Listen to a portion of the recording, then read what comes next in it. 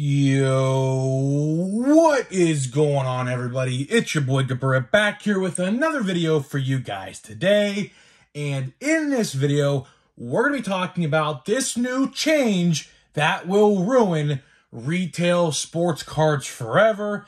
And no, I am not exaggerating when I say that, because I do believe this change will create a snowball effect in retail sports cards and will change the way that we see it forever. So before we get into that, thank you guys so much for joining me on this channel. And thank you guys so much for having a great week. We have had a very, very good week here on the channel. We've grown out the wazoo.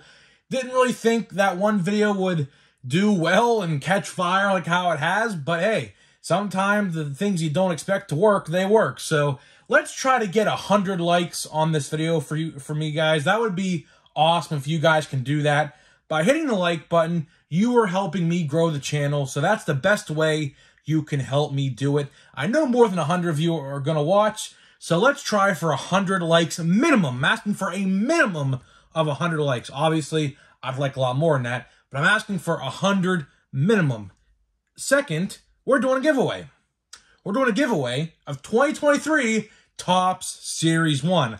I will be giving away hobby packs to one lucky person. All you guys got to do is be publicly subscribed, like this video, turn on the post notifications for all the content here on the channel, and last but not least, comment in the comment section what you're most looking forward to in the 2023 MLB season. I'll pick a winner once I hit 6,000 subscribers, and we're already almost at 5.2K. Believe it or not, we've had a tremendous week on the channel. Just last week, I had 5,000. So if we keep this pace up, we'll be giving the packs away very soon. Of course, as you guys know, we are 8 days away now from 2023 Topps Series 1. We could be getting a checklist literally any day now. It could be tomorrow. It could be Thursday. It could be Friday. I'm thinking it's more likely going to be next Monday. Because the Topps, when they release these checklists, they typically like to wait as long as possible. So I don't know when we're going to get the checklist. It's usually about 5 or so days prior. We're right around that area, so I don't know when we're getting it. Obviously, it's going to be before the release date next week, but we'll see. Of course, when the checklist is available for me to look at, I will obviously make a video about it. As well as, of course, as you guys know, we do Watch Before You Buys and Top 5 Most Valuable Cards. So, of course, I got you covered. So, there's no other place to watch anything about Series 1 unless it's coming from me. Because let's be honest here, I'm one of the most honest and truthful people in this hobby, which is few and far between today. But I digress, So, now let's get to the topic at hand. And I had a lot of people yesterday complaining about the 36-minute video. Well, hey, man, mystery boxes sometimes take a while. As you guys know, we had a 36-minute video yesterday, and it was like half of it was me talking, half of it was me doing a mystery box. So it was kind of like a 2-in-1 video. So I promise this video will not be 30 minutes long. I promise you it won't be. But in this video, we're going to talk about what we've been talking about, except more thought to it. Because as I'm sitting here editing these videos and talking with my friends about this stuff just clicks in my head that sometimes I don't even mention in the video. And one of my friends brought up a great point.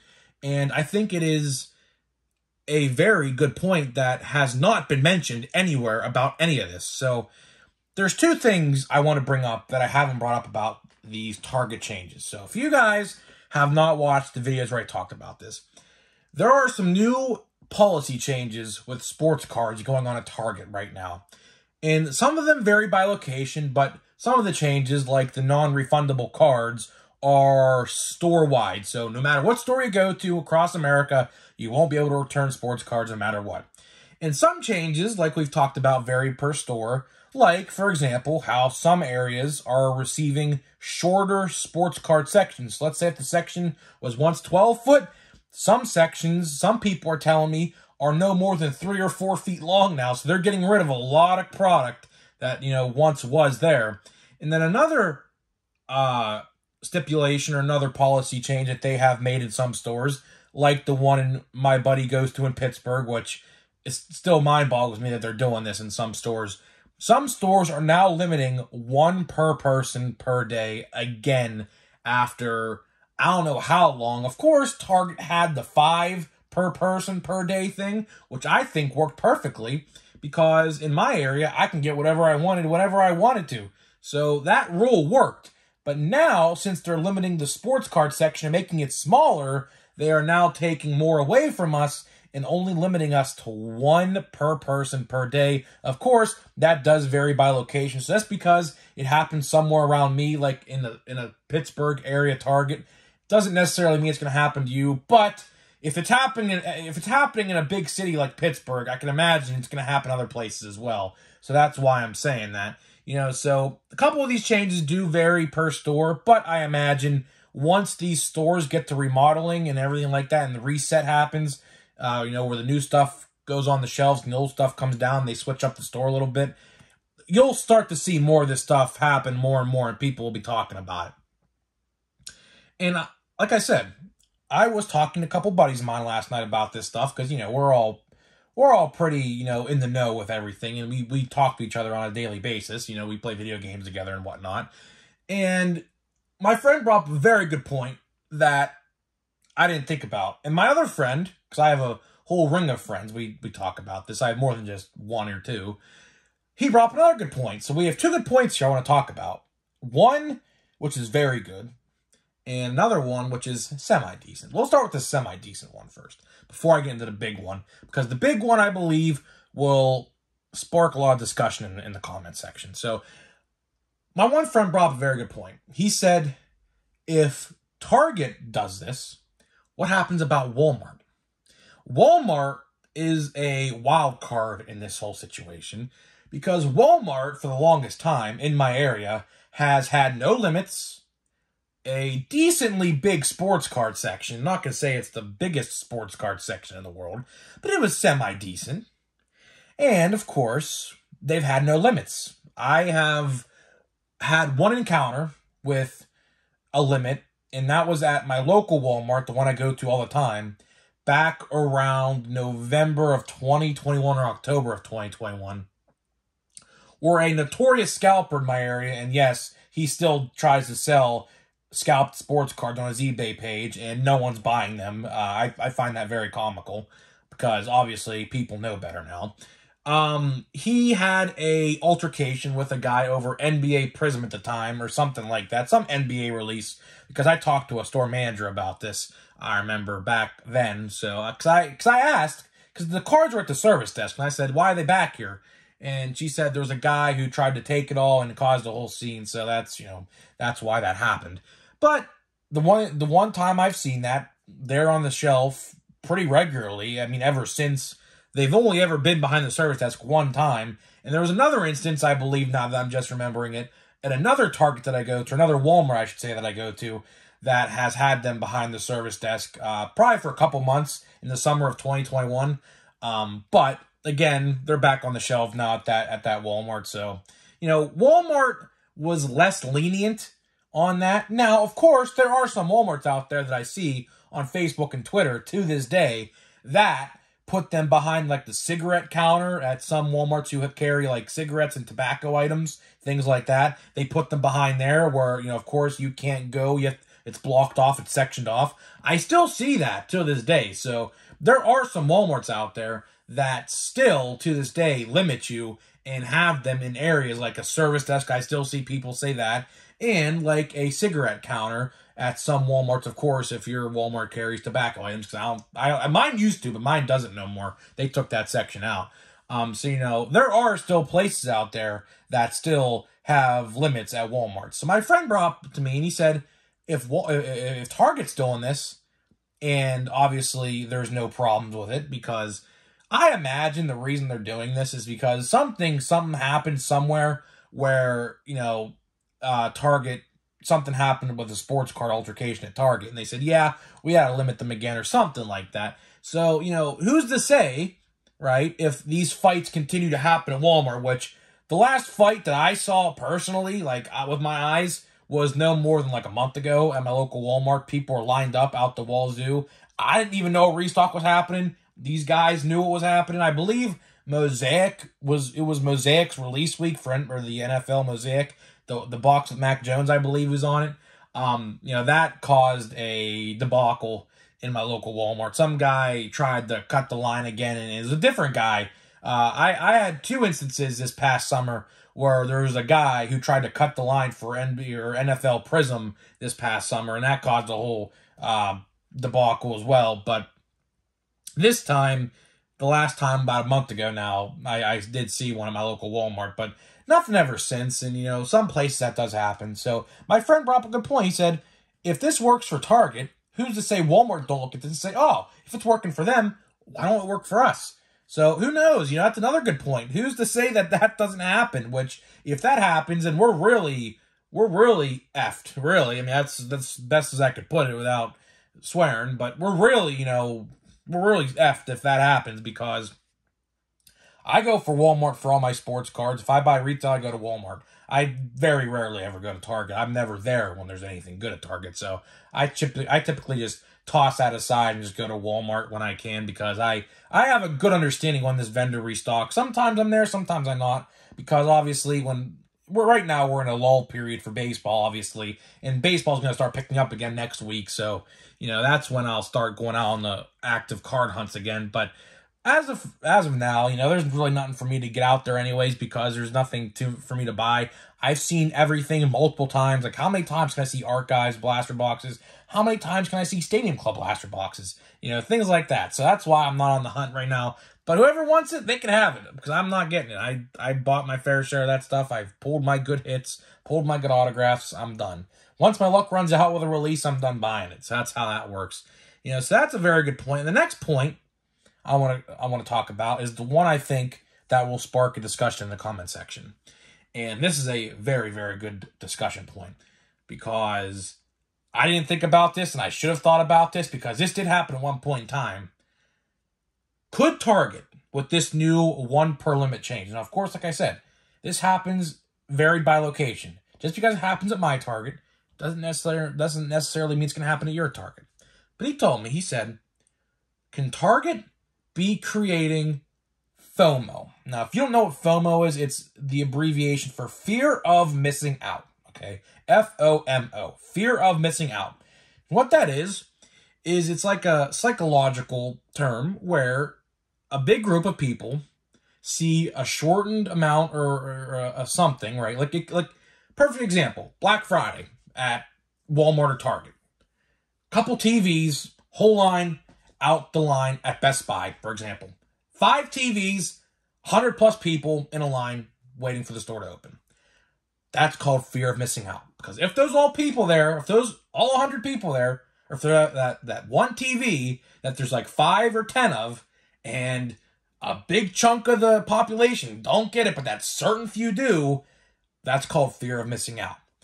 He says to me, could Target be creating the fear of missing out with these limits? And I said, you're onto something here, because I think this could generate some buzz. And they're doing a good job of it, because I'm not the only one talking about it on YouTube and Twitter and Facebook. I've seen multiple posts about this as well. So that's really where I get my news from. A lot of people think I just make this stuff up. I don't. I look on Facebook and Twitter and my YouTube comment section. That's where I get all these video topics from, because obviously I'm not at these stores every day, so I don't get to see what goes on. I get my news from all these other websites. That's why I get these, videos every day out to you guys, because the news cycle just is a vicious cycle. It changes every single day. So, could Target be creating the fear of missing out? And another point. If they're trying to create this fear of missing out, do you think that people that are collectors will bring their friends in car rides and car loads to buy one box and then ultimately give it to that one guy who's a collector because, of course, he wants the most? And believe me, that still happens to this day. The places that there's limits on, I see all the time all over social media, guys, and they take videos of these guys too. Like, it's bad. And what they'll do is, obviously, they'll get their cards or whatever they wanted. Let's say it's like a higher end release. Like, let's say this week, I believe NFL Origins is coming out. It's the box. It's like a galaxy looking box with, I believe, Kenny Pickett and Ben Roethlisberger on the box, I might try to actually buy a box of that if I can get my hands on one, but I'm not going to, because I'm not going to probably see the restock firsthand, because that stuff will probably be gone before I get there. But, you know, who's to say, like, let's say a Meijer, for example, because I know Meijer is a big one, because Meijer, when the whole card craze was going on, had 6 a.m. restocks, which, by the way, if you're going to a store at 6 a.m. to buy sports cards, look yourself in the mirror. I'm just going to say, look yourself in the mirror. That's all I'll say about that. But, you know, at one point, Meijer had, like, a whole card drop thing at 6 a.m. I don't even know if they still do it then. Well, they still might. I don't know. The closest Meijer to me is, like, an hour and 15 minutes away. I went to it, like, a handful of times. That's it. It's in Ohio. But that's all I got to say about that. But I don't know if they do the whole card drop thing no more. I don't see too many people posting the lists that I would see on Facebook all the time in these card groups. Like, people would always ask, post the list for Meijer this week, and they'd have it posted. I typically don't see that no more, so I don't even know if they do that. My Meijer, the last time I was there, which was about a month ago now, because I went to that card show in Ohio. It's only like 10 minutes past the mall where I went to that card show at. What is it? There was no paper on the door with sports cards. The sports card section was fairly packed. But it was a Saturday, too, so maybe the Saturday drop did happen, so I don't know, because that was on a Saturday when I did go there. But, you know, people, what they would do is they'd bring their friends in whole carloads to all walk into the store, and keep in mind, most of these guys that these guys brought along with them aren't even card collectors. So what they'll do is, they'll say, oh, buy me a box of this, buy me a box of this, buy me a box of this, hand them the cash, and what they'll do is they'll all line up at the service desk or whatever, and buy the cards that they want, and then give them all to the collector. There you go. So could Target be creating a fear of missing out factor with this new change? Because, obviously, we know the 1 per limit in some stores is happening, and in some stores, which I imagine all the stores will be doing this eventually, are shortening up the card aisles. Because why? Probably because no one's buying cards anymore. I mean, obviously, as you guys saw in my shorts, when I record these shorts, I'm not there on restock day. You could see the shorts that I upload sometimes. I'm not there on restock day. If it's at a Target, if you see a Target short like I released a couple days ago, that was not a restock day. That was like, I believe, a Sunday afternoon I was there at that point. And you could see a bunch of stuff there, no problem. So I can see why Target is limiting their sports card sections now, because I'm going to be honest with you, it just rots on the shelf. And what happens when stuff like that happens at retail stores? Like, let's say, for example, I don't know. Perfect example, because I'm a toy collector. The Buzz Lightyear toys from the Lightyear movie that came out last summer, I believe. They took up so much space on the shelves at Walmarts and Targets. They're just now getting clearance 75% off. I went to my local Walmart. The Buzz Lightyear toys that were like $10, normal price, are now like $2.50, right? And they took up so much space, and they just rotted the pegs for a long time. And of course, after a while, they're going to get cleared away because no one's buying them. Retail shelving is always competitive, right? And that's something a lot of people don't understand. Who's to say some company puts a bid out there at Target, and they want that section at Target, right? And then Target sees, oh, well, Topps don't need this much space because they're not selling this amount of cards no more. All right, well, you won the bid. We'll start to clearance out some sports cards, take them away, and shorten up their section for your product.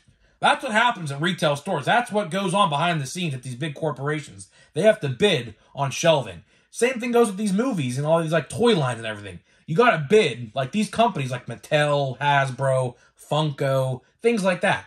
They have to bid on shelf space so that they can get their products in those stores, because obviously it's competitive. So that's why, another reason that I bring this up, because that could have happened as well. Who's to say that a company, like let's say Duracell, because I saw people were saying batteries are getting replaced now where the sports cards would be. Who's to say Duracell didn't bid out Topps or whatever vending company that stocks them and says, oh yeah, well, we'll give you more money to put our batteries on that shelf rather than the vending company. Another point, who's to say that didn't happen? It could have very well happened. So that's just a couple things I want to talk about in this video. Don't really have much else to say aside from that. But, again, this is a very brand new story, and the more news that comes out, of course, I'll cover it. So that's pretty much it in terms of the discussion for today's video. Now let's get to some packs here. I really want to get this box completed of Archives before Series 1 drops next week. We have 3 stacks out of this hobby box left. I don't know if we'll get there or not, but if we don't, guess what? There's going to be a big, long video before Series 1 comes out where I just finish this box because I don't want to keep it because it's wasting space and I just want to get rid of it. And I just want to open these cards and call it a day with this release. This box has been sitting here since the release date when I went to the local card store, and it hasn't moved since until now. So let's get to opening. We got Tony Gwynn, Mr. Padre, Roger Clemens, who should be a Hall of Famer, if let's be honest. Dale Murphy. We got Emmanuel Clase. We got Jonathan India. We have Randy Wants Home. I assume he stole home. I assume that's what that means. Jazz Chisholm, who's on the cover of MLB The Show, and Casey Mize. That pack was probably like a 4 out of 10. That pack was mid as mid can get. But with hobby packs, you know, I've been advocating for a long time with hobby packs. Hobby packs shouldn't have just base packs. Obviously, Archives is a little different because a lot of these packs are a lot of base cards from all these different sets, and there's very little inserts in these products. So let's get to this next pack here, which we have a good card right off the gate here. We have a Bryson Stott. I pretty much have every Bryson Stott card they've ever made. We have Zach Wheeler. We got Luis Gil. I have no idea how to pronounce his name. Brian De La Cruz. We got Marcus Semien. We have a Hello from New York, Francisco Lindor. That is a postcard. They give you one of these in every box, a big box topper. I have Tatis, so looks like they give you little ones as well, so that's pretty cool. Lindor. And we got Castellanos and Rami Gonzalez. So like 3 Phillies or 4 Phillies in that pack. So if you're a Phillies fan, you probably enjoyed that pack. I'm not a Phillies fan, I'm a Pirates fan. I'll give that pack a 5 out of 10. So guys, that being said, let me know what you think about this, and I'll see you guys in the next video.